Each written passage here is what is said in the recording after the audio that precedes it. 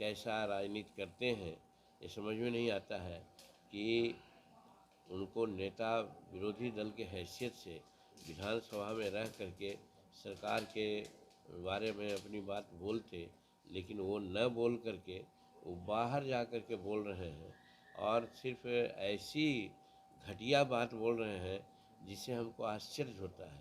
आश्चर्य ये होता है कि किसी भी मंत्रिमंडल का कोई मंत्री का बहुत बड़ा योगदान नहीं होता है काम में, डिसीजन में होता है मुख्यमंत्री का।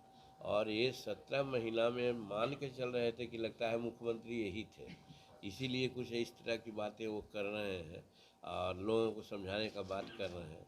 तो हम समझते हैं कि बिहार की जनता राजनीतिक रूप में एकदम पटु हो गई है, इसलिए उनकी बात का कोई भरोसा नहीं करेगा। लेकिन तो भी हम लोग इस बात की चर्चा करेंगे अपने कार्यकर्ताओं के साथ कि ये असंवैधानिक बात बोल रहे हैं। कोई मंत्री कैसे कर सकता है जब मुख्यमंत्री का सहयोग न मिलेगा, उसकी स्वीकृति नहीं मिलेगी। लेकिन ये कर रहे हैं, कुछ ही ढंग से बोल रहे हैं जैसे नीतीश कुमार कुछ थे ही नहीं थे, मुख्यमंत्री थे ही नहीं थे, सब कुछ थे तेजस्वी प्रसाद ही, और इसी चीज़ को लोगों में कह रहे हैं। तो हमको तो लगता है या तो राजनीतिक संवैधानिक ज्ञान नहीं है या नहीं तो इतना मन में अभिमान हो गया है जिसके चलते सारी बातें बोल रहे हैं। तो हम समझते हैं ये बात सब कोई नहीं समझेगा।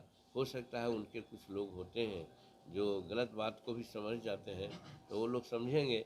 लेकिन भारत के बिहार के जितने भी कार्यकर्ता हैं और जो वोटर्स हैं वो इस बात को समझते हैं कि कोई भी मंत्रिमंडल में डिसीजन होता है उसका नायक चीफ मिनिस्टर होता है, न कि कोई मिनिस्टर होता है।